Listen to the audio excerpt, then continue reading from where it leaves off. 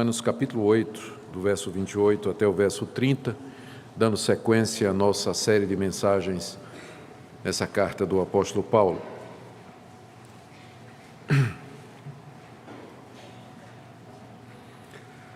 Romanos capítulo 8, de 28 a 30, diz a palavra de Deus: Sabemos que todas as coisas cooperam para o bem daqueles que amam a Deus, daqueles que são chamados segundo o seu propósito. Porquanto aos que de antemão conheceu, também os predestinou para serem conformes à imagem de seu Filho, a fim de que ele seja o primogênito entre muitos irmãos. E aos que predestinou, a esses também chamou. E aos que chamou, a esses também justificou. E aos que justificou, a esses também glorificou. Oremos. Pedimos ao Pai que Tu nos deis entendimento na Tua palavra, que ela fale ao nosso coração. Estamos diante de verdades profundas que tratam da realidade última da nossa existência e do nosso futuro eterno. Pedimos, pois, que essa compreensão seja usada por Ti no cumprimento do Teu propósito para abençoar o Teu povo, consolar os aflitos, animar os desesperançados, fortalecer os fracos, despertar os que dormem e salvar pecadores. Pedimos, ó Deus, que Tu apliques a palavra conforme Teu querer. Em nome de Jesus. Amém. Queridos, a mensagem anterior, que focou nos versos 26 e 27, nós vimos como o apóstolo Paulo ensinou que o Espírito Santo de Deus intercede por nós com gemidos inexprimíveis, por causa da nossa fraqueza, da nossa limitação, tanto porque nós somos criaturas, como também pelo fato de que nós somos pecadores. E como parte da nossa fraqueza, Paulo diz que nós não sabemos orar como convém, nós não sabemos o que pedir a Deus e nós não sabemos como pedir a Deus. Por isso Deus enviou o Espírito Santo que habita em nós e que intercede por nós diante de Deus.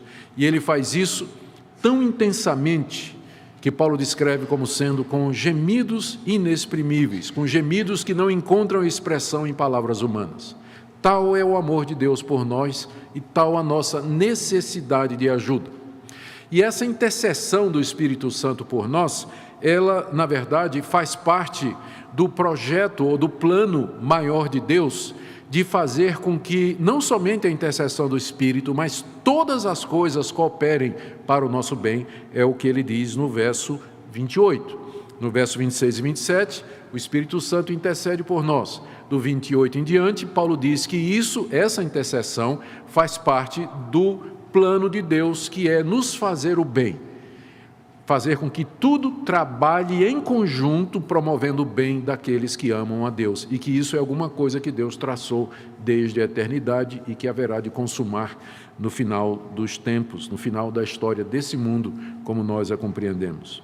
Hoje à noite, então, eu queria focar em 3 pontos que estão aqui no verso 28 e que são explicados em 29 e 30.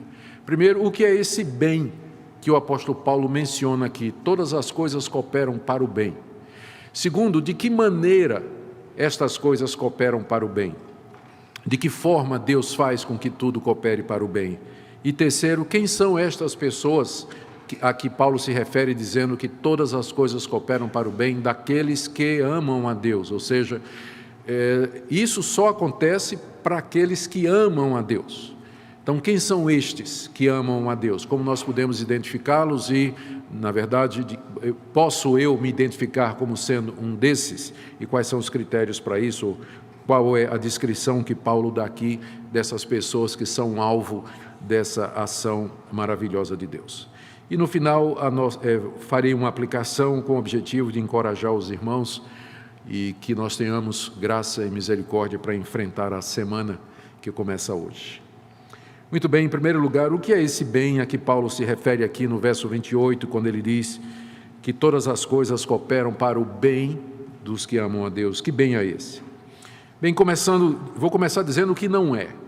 Paulo aqui não está falando de um final feliz. Às vezes as pessoas leem essa passagem e vem imediatamente na cabeça aquela ideia de que Todas as coisas, as certas e as erradas, as boas e as ruins, vão cooperar para o meu bem. Bem aqui entendido como um final feliz, e todos foram felizes para sempre. Mas não é disso que Paulo está falando aqui, porque nós sabemos que muitos servos de Deus, eles não tiveram um final feliz. Pergunta a João Batista, pergunte ao apóstolo Paulo como é que a história deles terminou. Não foi um final feliz.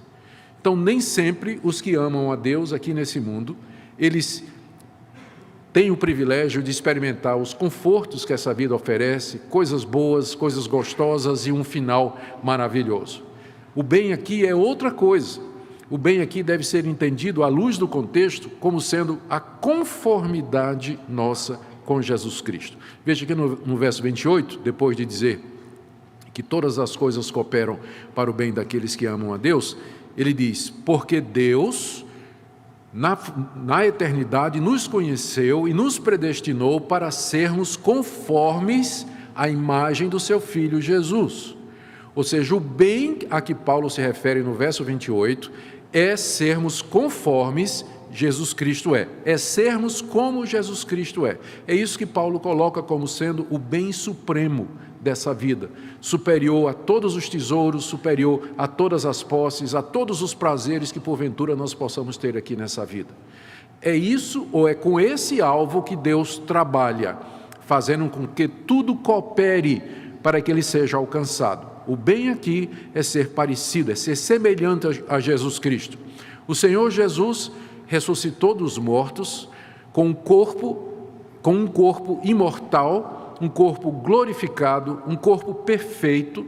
Ele subiu aos céus, está na presença do Pai, cheio de alegria, na plenitude da felicidade, na glória eterna, aguardando por nós.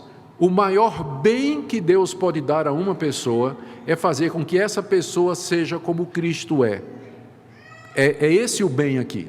Note que no verso 29, quando Paulo diz que Deus nos predestinou para sermos conforme a imagem do seu Filho, Jesus Cristo, ele logo acrescenta, para que ele seja o primogênito entre muitos irmãos, ou seja, para que ele seja o irmão mais velho de uma família.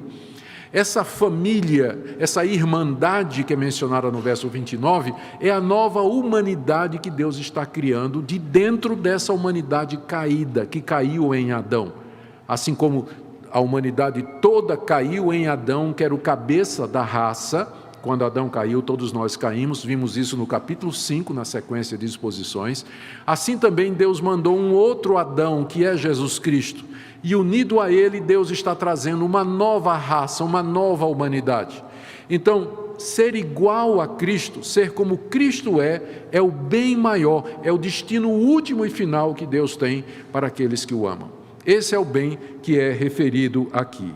E esse processo de fazer com que nós cheguemos à conformidade plena com o Senhor Jesus, ele começou na eternidade. Veja que Paulo diz aqui no verso 29, ele diz que Deus de antemão conheceu e predestinou, continuou no tempo aqui desse mundo, porque esses que Deus conheceu e predestinou, Paulo diz aqui no verso 30, que ele chamou e justificou, e vai terminar no final dos tempos, quando Paulo se refere aqui à glória, a esses também Deus glorificou. Então, Deus faz com que todas as coisas cooperem para o bem daqueles que o amam. O bem é que eles sejam iguais ao seu Filho Jesus Cristo. E Deus começou a fazer isso, planejar e executar isso lá na eternidade, quando Ele conheceu estas pessoas, quando Ele predestinou essas pessoas, quando Ele no tempo e no espaço chamou essas pessoas, justificou essas pessoas e finalmente haverá de glorificá-las, que é esse objetivo maior. Se vocês querem entender, se nós queremos entender o que é que esse bem representa, talvez quem melhor possa explicar é o apóstolo Paulo mesmo, né? Porque no capítulo 8, de 18 a 25, pelo menos 3 vezes ele menciona o que é esse bem. No verso 18 ele diz assim: eu tenho por certo que os sofrimentos desse tempo presente não podem ser comparados com a glória a ser revelada em nós. Então essa glória que vai ser revelada em nós aqui sendo aqueles que amam a Deus, ela é superior aos sofrimentos desse mundo. É esse o bem que Deus tem para nós. No verso 21, Paulo diz aqui que a criação está gemendo, na esperança de que ela sairá redimida do cativeiro da corrupção, para a liberdade da glória dos filhos de Deus. Então, essa liberdade do pecado e da corrupção, que constitui a glória dos filhos de Deus, é o bem que Deus planejou para nós. Ou ainda, nas palavras de Paulo no verso 23, quando ele diz que nós que temos as primícias do Espírito Santo, nós também gememos em nosso íntimo, aguardando a adoção de filhos. Aí ele explica o que é a redenção do nosso corpo. Quando esse nosso corpo será redimido, ele será transformado, será glorificado e será um corpo igual ao corpo de Jesus Cristo. Então, é esse o bem de que Paulo fala no verso 28, quando ele diz que todas as coisas cooperam para o bem daqueles que amam a Deus. É esse bem aqui. E ele é superior a qualquer bem terreno, é superior a qualquer coisa aqui nesse mundo. Eu não estou negando que Deus aqui nesse mundo, ele dá coisas boas para nós. Ele dá coisas boas para nós, e às vezes a gente nem compreende que aquilo que Ele está nos dando é uma coisa boa, a não ser depois de algum tempo, não é? Quando acontece a gente pensa que é uma coisa ruim, mas depois a gente percebe que é uma coisa boa, como aquele jovem que queria ser missionário na África, e orou muito pedindo a Deus para ser missionário na África, e havia muitas dificuldades. Finalmente teve uma agência lá, missionária, que resolveu dar uma oportunidade para o rapaz, e mandaram ele lá para o interior da África para pregar o evangelho numa tribo nova, que ninguém sabia direito o que era. Aí o rapaz atravessou vales, montanhas, florestas e rios, a dificuldade, não tinha caminho, acampando no meio do mato. Finalmente, um dia ele abre os olhos, ele está lá na clareira onde está a tribo. E ele olha, só vê as caveiras, era uma tribo de canibal, antropófago, comedor de carne humana. Ele virou para correr, os cabas pegaram. Próxima cena, o nosso jovem missionário amarrado num poste, no meio da aldeia, na frente dele aquele caldeirão assim, né, fervendo de água, e o cozinheiro da tribo com a faca, uma peixeira de 14 polegadas, descascando o legume e olhando para ele, né? Então, ninguém precisa perguntar qual vai ser o cardápio, né, do jantar, né? Todo mundo já sabe quem vai ser o jantar. E o moço desesperado orando: Senhor, quando eu pedi para ser missionário, não era bem isso que eu tinha em mente e tal. E de repente o chefe da aldeia, ele tem uma inspiração. Ele chama o cozinheiro e diz: ô, cozinheiro, traz uma amostra aí da carne desse cidadão para ver se é boa. O cozinheiro vai lá, pega a peixeira, olha para o rapaz e diz: vou tirar aqui da panturrilha, da batata da perna. Aí pega e tira o filé. Aí traz para o chefe. Aí o chefe: que carne horrível, nunca comi uma carne tão ruim na minha vida. Solta esse homem, a carne dele não presta. Próxima cena é o missionário correndo no mato, voltando para casa, dizendo: oh Deus, agora eu sei porque é que o Senhor me deu essa perna de borracha. Graças a Deus, né?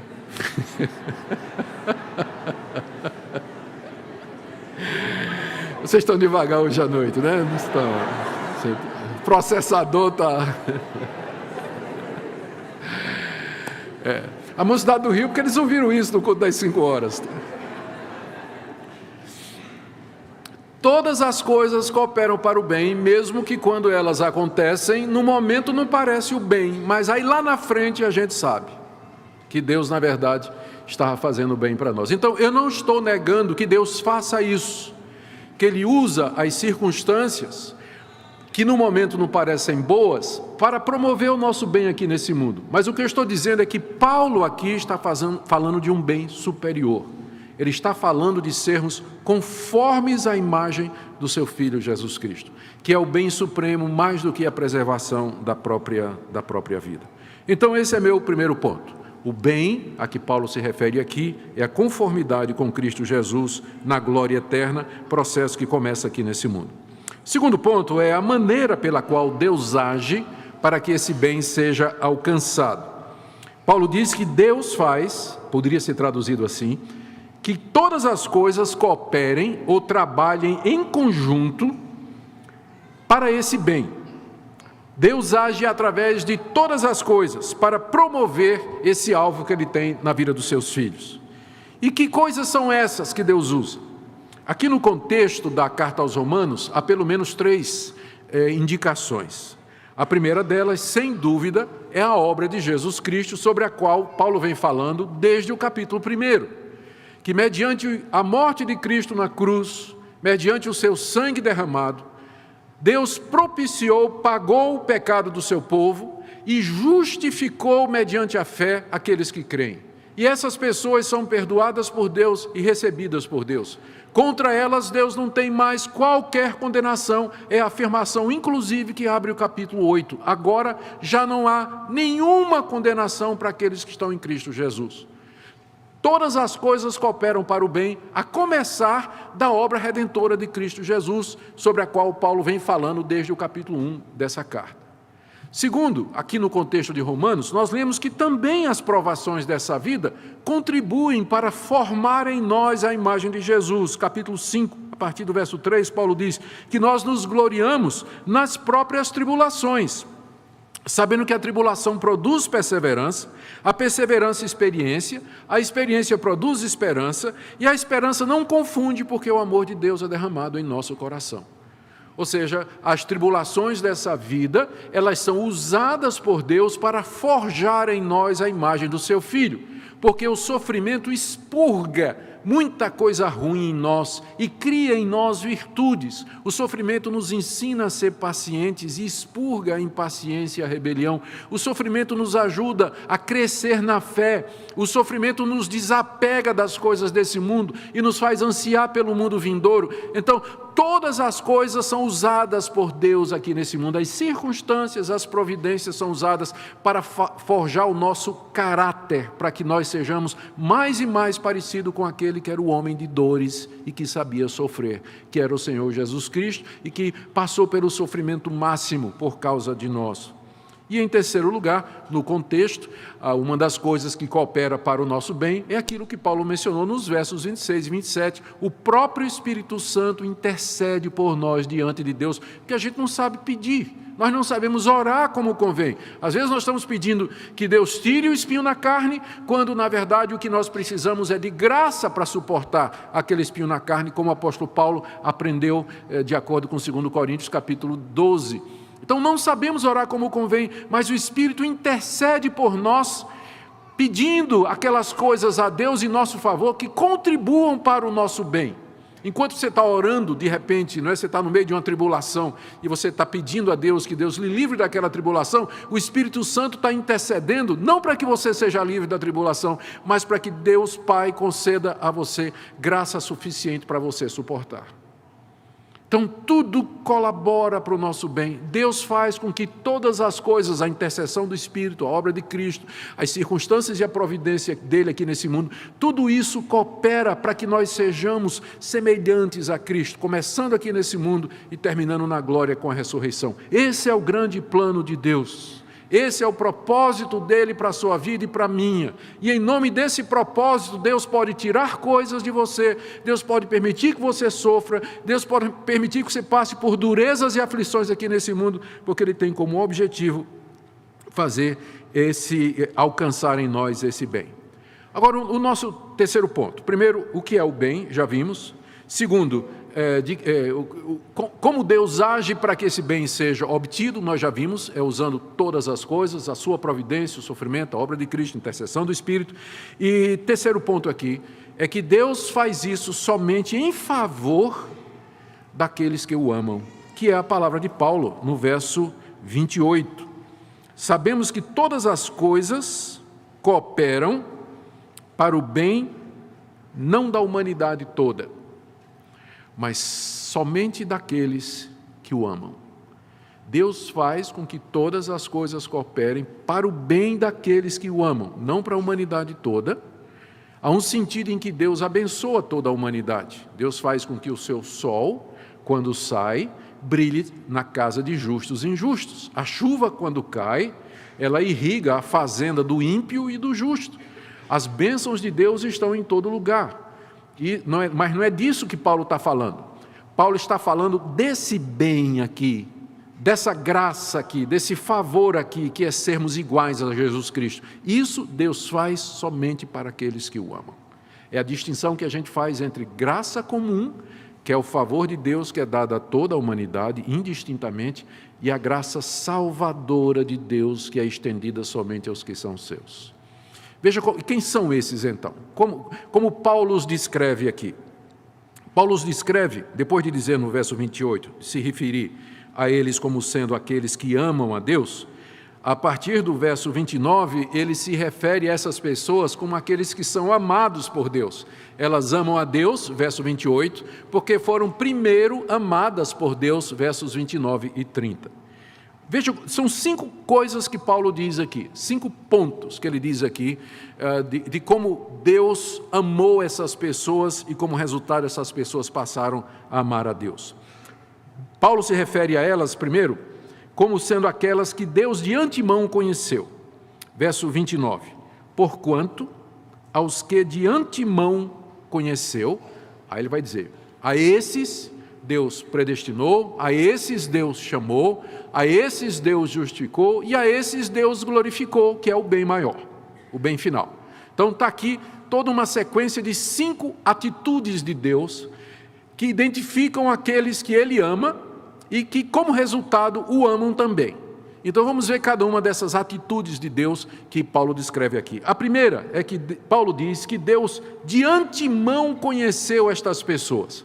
A interpretação mais popular dessa passagem é que Deus lá na eternidade, Ele anteviu, Deus previu na sua onisciência quais seriam aquelas pessoas de entre a humanidade que tomariam uma decisão voluntária de aceitar o Evangelho e aceitar a Jesus e ser salvos. Então Deus previu, na presciência dele, Deus viu antes e Deus disse, bom, aqueles que vão aceitar Jesus de livre e espontânea vontade, esses então eu vou predestinar para serem o meu povo e eu vou fazer com que tudo colabore para o bem deles. Mas essa interpretação, ela não se sustenta, porque conhecer, tanto no Antigo Testamento como no Novo, é mais do que simplesmente tomar conhecimento dos atos ou das escolhas de pessoas. Há esse verbo conhecer, ou o conceito de conhecer, tanto no Antigo como no Novo Testamento, envolve um relacionamento íntimo, é um conhecimento pessoal de pessoas e não da decisão delas. Deixe-me dar para vocês alguns exemplos. No Antigo Testamento, por exemplo, abra aí em Gênesis capítulo 18, no verso 19, quando Deus está falando a Abraão, naquela ocasião em que ele desceu para destruir Sodoma e Gomorra, e Deus então disse as seguintes palavras a Abraão. Vamos ler a partir do verso 17. Gênesis 18, 17. É importante que você acompanhe, porque essa é uma dúvida que muitas pessoas têm. Quando elas ouvem falar da presciência de Deus, elas pensam que é Deus anteviu ou Deus viu quem haveria de acreditar ou de se converter, não é? Então, eu estou tentando mostrar que a ideia de conhecer na Bíblia é mais do que ter um conhecimento intelectual antecipado das atitudes de alguém. Começando aqui em Gênesis 18, 19, a partir do verso 17, disse o Senhor, ocultarei a Abraão o que estou para fazer, visto que Abraão certamente virá a ser uma grande e poderosa nação, e nele serão benditas todas as nações da terra, porque eu o conheci. A nossa Bíblia traduziu como escolhi, não é? Mas no hebraico é conheci, porque eu o conheci, para que ordene a seus filhos e sua casa depois dele, a fim de que guardem o caminho do Senhor, etc. Os tradutores da nossa Bíblia, eles entenderam que o sentido do verbo conhecer aqui, que está no hebraico, é no sentido de conhecer pessoalmente, de chamar, de destacar para si. Daí o conceito de escolher. Tanto é que eles traduziram escolher, mas no hebraico está o verbo yadá, que significa literalmente conhecer, traduzido como escolhi. Ou você pode ver a mesma coisa em Amós, capítulo 3, verso 2. Amós é um dos profetas menores. A vantagem de você decorar os livros da Bíblia é exatamente essa, não é? Daniel, Ezequiel, Daniel, Oséias, Joel, Amós. Obadias, Jonas, Miqueias, Naum, Abacuque, Sofonias, Ageu, Zacarias. Então, quando você tem de cabeça, fica mais fácil, mas eu já me perdi aqui. Amós, Naum, Abacuque, Sofonias, Ageu. Já passou, Amós é antes. Obadias, Jonas, Miqueias, Naum, Amós. Capítulo 3, vamos ler a partir do verso 1. Eu não quero chegar ao ponto e dizer assim, abra aí na página tal, né? Então, é bom a gente decorar a sequência do...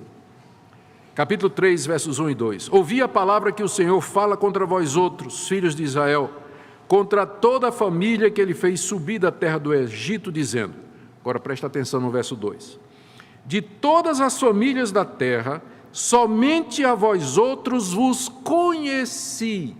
Está no hebraico, é o mesmo verbo, só que os nossos tradutores traduziram como escolhi, porque é esse o sentido. Deus conhece no sentido de que Deus toma conhecimento íntimo, se aproxima e chama. Daí a ideia de escolha. Você vai ver a mesma coisa no Novo Testamento, como a ideia de conhecer no Novo Testamento é mais do que conhecimento intelectual apenas. Abra aí em Mateus, capítulo 1, verso 25, é a história de José e Maria, o nascimento de Jesus. Mateus 1, versos 24 e 25. Despertado José do sono, fez como lhe ordenara o anjo do Senhor e recebeu sua mulher, Maria. Contudo, não a conheceu, enquanto ela não deu à luz um filho, a quem pôs o nome de Jesus. É óbvio que conhecer aqui é ter relações sexuais. Mas qual foi o verbo que foi colocado aqui? Conhecer, porque ele indica exatamente isso, um conhecimento íntimo, uma aproximação. Daí, na hora, em vez de dizer assim, e José não teve relações com Maria, antes dela dar à luz o filho Jesus Cristo, então Mateus disse assim, José não conheceu Maria, quer dizer, conhecer como esposa, não é? Ou seja, ter relacionamento sexual íntimo com ela. Ou outro exemplo aqui em Romanos capítulo 11, verso 22, o próprio apóstolo Paulo, nessa mesma carta que nós estamos estudando, ele usa o verbo conhecer aqui, a expressão é similar à que nós estamos vendo no capítulo 8, verso 29. Vamos ler capítulo 11, 1 e 2 de Romanos. Pergunto, pois, terá Deus porventura rejeitado o seu povo? De modo nenhum, porque eu também sou israelita da descendência de Abraão, da tribo de Benjamim. Agora preste atenção aqui no verso 2. Deus não rejeitou o seu povo, a quem de antemão conheceu. Ora, Paulo coloca aqui conhecer como sendo o oposto de rejeitar.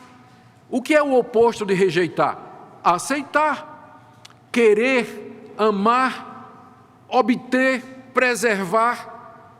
Então, é óbvio que a palavra conhecer, como ela é usada tanto no hebraico quanto no grego, tem um sentido muito além de simplesmente tomar conhecimento intelectualmente, mas tem a ideia de experiência, contato, intimidade. E é nesse sentido, então, que eu estou dizendo a vocês que Paulo está usando o verbo aqui, voltando agora em Romanos capítulo 8, verso 29, quando ele diz assim, portanto, os que de antemão conheceu, ou seja, aquelas pessoas que desde a eternidade Deus escolheu, porque amou, porque quis.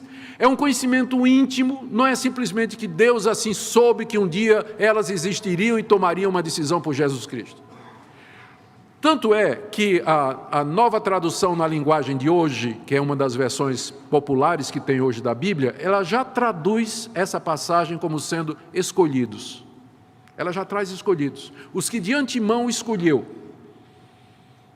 Porque essa é a ideia do verbo conhecer aqui. É a escolha soberana de Deus. Não tem nada de presciência do tipo assim, Deus anteviu. Ah, pastor, mas a palavra presciência não aparece na Bíblia. Aparece, por exemplo, em Atos, se quiser ver. Vamos ver aqui, Atos capítulo 2, verso 23. Quando o apóstolo Paulo diz assim, vamos ler do verso 22.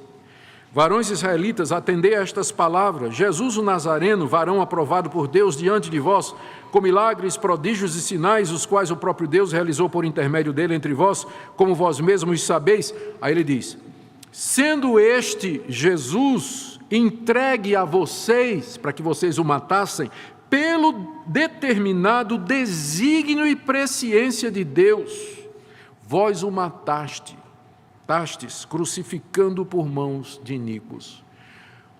Aqui está muito claro que o desígnio, que é o propósito, a intenção, e a presciência de Deus são uma e a mesma coisa. De acordo com determinado desígnio e presciência de Deus. O "e" aqui, que junta desígnio e presciência, não está simplesmente, não está funcionando como uma conjunção aditiva, adicionando mais sentidos a um sentido dado, mas ela funciona como uma conjunção explicativa, que no grego a gente chama de rendíades. Tipo assim, Deus deu à igreja pastores e mestres. Não são duas coisas diferentes. Paulo, quando diz isso em Efésios 4:11, ele está dizendo, Deus deu à igreja pastores que também são mestres. Então aqui é a mesma coisa, desígnio e presciência é a mesma coisa e se refere ao propósito eletivo, salvador e determinante de Deus. Romanos 8:29, vamos voltar para lá, porque eu acho que nós estamos agora no caminho correto para entender o resto da sequência, que só faz sentido se isso aqui ficar muito claro. 29, então, nós temos o primeiro elo da corrente. Os que de antemão conheceu. O que é que Deus fez com esses a quem Ele de antemão conheceu, amou, escolheu, chamou para si de entre a humanidade perdida? Paulo diz aqui que a estes Deus predestinou, é o segundo elo, é a segunda etapa, a segunda atitude. Deus os predestinou para serem conformes à imagem de seu Filho, a fim de que ele seja o primogênito entre muitos irmãos. Predestinar não é difícil você entender o significado, o nome fala por si, é você dar um destino antecipado a alguém. Na eternidade, antes que houvéssemos nascido, antes de Deus haver criado o mundo, Ele predestinou estes que Ele escolheu, estes que Ele conheceu e amou, Ele os predestinou para serem conformes à imagem do seu Filho, Jesus Cristo, para que eles fossem iguais a Jesus Cristo, para que Cristo fosse o primogênito entre muitos irmãos. E aqui você tem a resposta para aquela objeção que geralmente as pessoas levantam, tipo assim, ele ouviu falar de eleição, predestinação, elas já vão dizendo, isso não é coisa de Deus. Por quê? Não, porque se a pessoa sabe que ela está predestinada, que ela está eleita, ela vai afrouxar. Ela vai viver de qualquer maneira, porque ela não foi predestinada.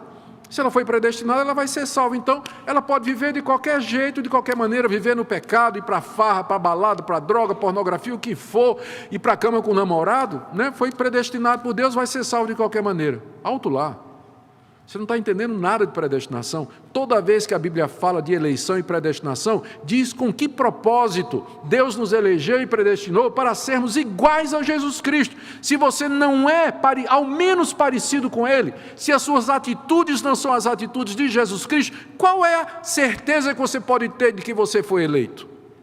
E que você faz parte desses que Deus amou e conheceu antes da fundação do mundo? Porque Ele conheceu essas pessoas e as predestinou para serem iguais a Jesus Cristo. Se não há nada de Cristo na sua vida, então qual é o sinal, qual é a evidência de que você está no meio desse povo? Nenhuma. Então, gente do tipo assim, não, eu estou eleito, estou predestinado, e vive na baderna, ele está predestinado para outra coisa, mas não para ser conforme a imagem do Filho de Deus. Porque a predestinação é para isso, e Deus começa a realizar esse propósito aqui nesse mundo. À medida que Ele nos ensina a rejeitar o pecado, a desobediência e a incredulidade, e a viver uma vida reta e santa diante dEle. É claro que isso é um processo que vai terminar na glória, mas ele começa aqui agora. A predestinação é para isso, para Deus ter um povo santo, e não pessoas que professam o nome de Deus, mas negam com suas atitudes e com suas ações no dia a dia. Ele nos predestinou, é a segunda parte, né? Primeiro, Ele conheceu de antemão, já vimos o que é que isso significa. Depois, Ele predestinou, isso aqui está na eternidade. E agora, esses que Deus conheceu e predestinou, verso 30, a esses Ele também chamou. Verso 30, os que predestinou, a esses também chamou. Deus só chama a quem Ele predestinou. Os outros, eles são chamados no sentido genérico. O Evangelho é pregado ao mundo todo. Nós ouvimos aqui do esforço missionário dessa igreja e dos missionários que são sustentados por ela. Esses missionários vão a todas as nações e a todos os povos, chamar essas nações a que creiam em Jesus Cristo e se arrependam dos seus pecados. Então, esse chamado é um chamado que pode ser resistido, e tem sido resistido. Não poucas vezes esses missionários são expulsos, são apedrejados, Nas grandes cidades, os pregadores também são rejeitados. O próprio apóstolo Paulo vivia apanhando de cidade em cidade, era apedrejado, escorraçado pelos seus contemporâneos. Então existe um chamado geral que é feito pela pregação do Evangelho para o ouvido externo, que todos ouvem, todos escutam. E quem quiser pode rejeitar isso aí. Mas esse chamado aqui que Paulo está falando é um chamado no ouvido interno do coração e que é feito somente naqueles que Deus amou, escolheu e predestinou. E esse é um chamado irresistível. Quando Deus chama no coração, lá dentro a pessoa vem. Mas ela vem, mas vem ligeirinho. Vem, pergunta a Saulo de Tarso, o caminho de Damasco, mas vem rápido, muda a vida da pessoa. Quebra as resistências, convence, ilumina, move o coração, dispõe a vontade, quebra a rejeição e a pessoa se curva diante de Deus voluntariamente. Deus faz isso de tal maneira que Ele atrai, Ele convence, Ele persuade a pessoa de tal forma que a pessoa voluntariamente ela vem. Ela não vem contra a vontade dela, mas ela vem porque ela quer, mas ela só vem porque quer, porque ela escutou o chamado de Deus lá no coração, e Deus só chama aqueles que Ele predestinou. Dessa forma, tem um chamado geral para o ouvido externo, que é para o mundo todo, e quanto mais gente a gente pregar, melhor, porque a gente não sabe quem são os eleitos de Deus, mas através da pregação externa, Deus vai chamar no coração, e esses virão. E Paulo continua, olha, e esses a que Deus chamou, eu estou no verso 30 ainda, a esses também Deus justificou, ou seja, Deus perdoou os seus pecados, Deus os recebeu como seus, Deus não tem mais nada contra ele, rasgou todo o escrito de dívida que era contra eles, a conta deles não somente está zerada, mas está no positivo, né? Porque tem os méritos de Jesus Cristo que foram depositados na conta dele. Ou seja, Deus conheceu, predestinou, no tempo certo, pela pregação do Evangelho, chama de maneira irresistível e justifica, perdoa. Diz, não há mais condenação para você, você é meu. Você é irmão do Senhor Jesus Cristo. E, finalmente, o quinto elo dessa corrente inquebrantável, a esses Deus glorificou. A glorificação é aquilo que vai acontecer no final, e que é aquilo que Paulo já antecipou aqui. Ele chamou da glória, a revelação da glória dos filhos de Deus, a liberdade da glória dos filhos de Deus. Ele chama de a redenção do nosso corpo, ele chama do bem, que é a vinda de Cristo Jesus, quando Ele vier em glória para terminar o tempo desse mundo como nós o conhecemos. Ele virá para juízo dos ímpios, para a salvação do seu povo. Os vivos serão transformados, 1 Coríntios 15, e os mortos em Cristo serão ressurretos com um corpo igual ao de Cristo. E aí se completará o plano da redenção, é a glória. Isso ainda é futuro. Deus me conheceu na eternidade. Ele me predestinou na eternidade. Ele me chamou, é no meu passado histórico. Ele me justificou no meu passado histórico. Mas a glorificação ainda está no futuro. Mas ela é tão segura que Paulo fala dela como sendo também no passado. Aos que conheceu, predestinou, chamou, justificou e glorificou, quando nem aconteceu ainda. Mas é que é tão certo que Paulo já fala como sendo alguma coisa consumada. Por quê? Porque a salvação do começo ao fim é obra de Deus. Paulo não teria dito assim, e glorificou, se você pudesse perder a salvação. Porque, como é que Paulo ia saber? Deus começou, mas você não quis. Não é? Deus começou, mas você terminou de outro jeito. Deus lhe salvou, lhe chamou, mas você disse, eu não quero mais, e perdeu a salvação. Então, Paulo nunca podia dizer glorificou, como sendo um fato consumado. Mas por que Paulo pode se referir à salvação final como sendo já terminada? Porque a salvação do começo ao fim é obra de Deus. É o propósito eterno dele. É o propósito eterno dele. E é isso que me dá segurança. A minha certeza de salvação não é baseada no que eu sou, no meu esforço, na minha capacidade, na minha moralidade, porque eu posso perder tudo isso amanhã, de acordo com o vagalume que habita em mim.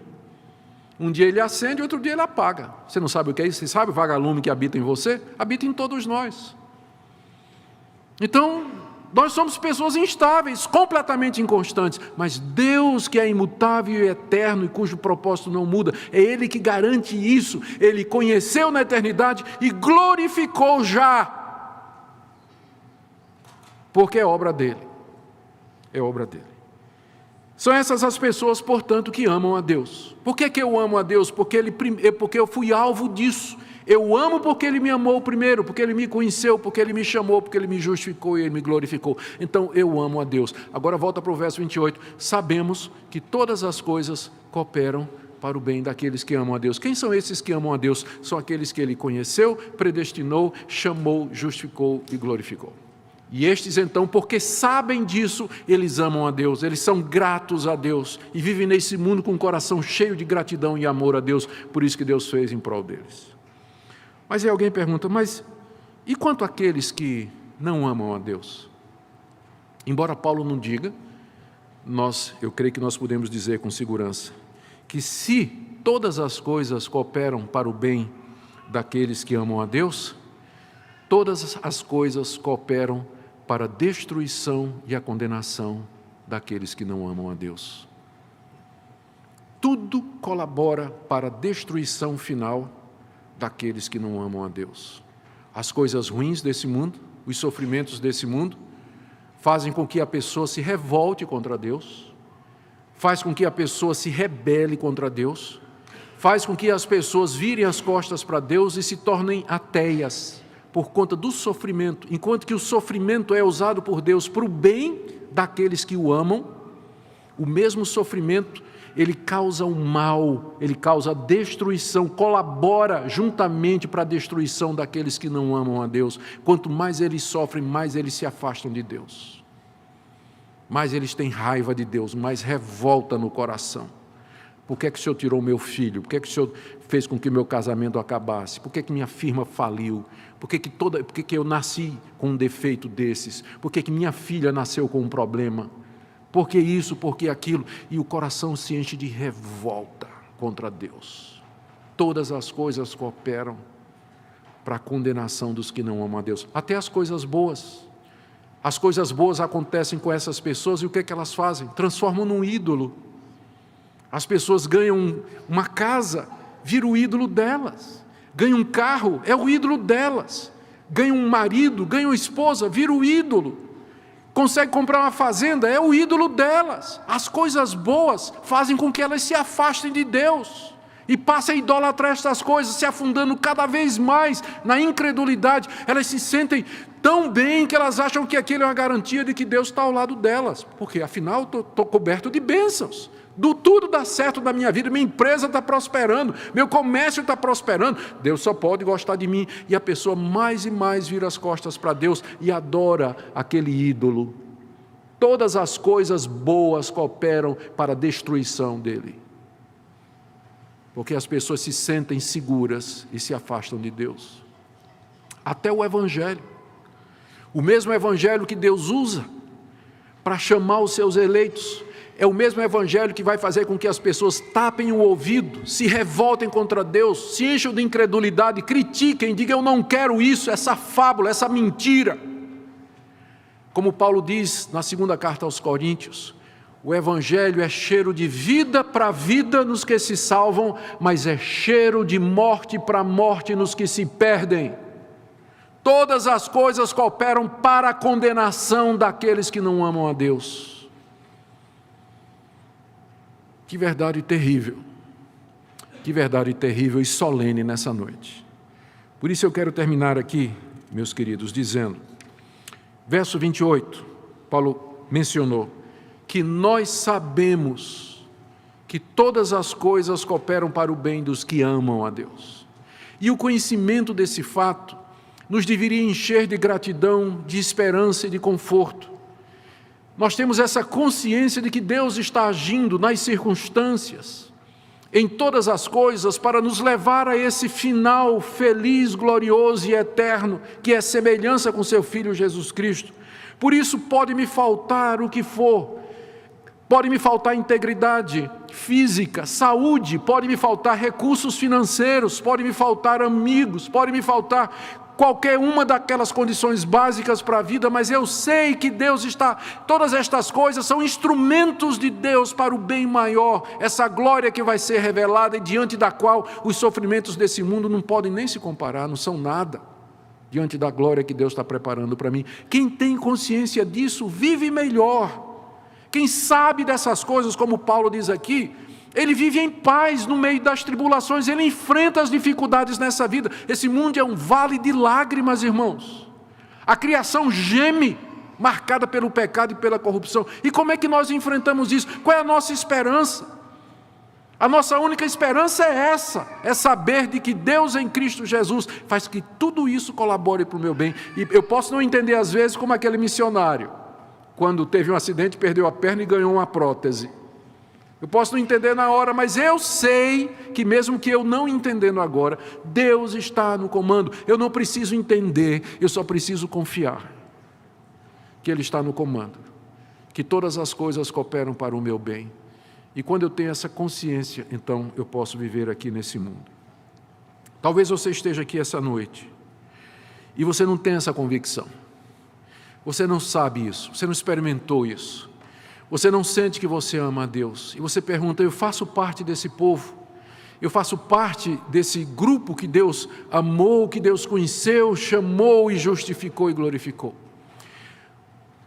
O local onde você vai encontrar a resposta não é olhando para dentro do seu coração, mas a resposta está na cruz. É para lá que você deve olhar. Olhe para o Senhor Jesus pendurado na cruz.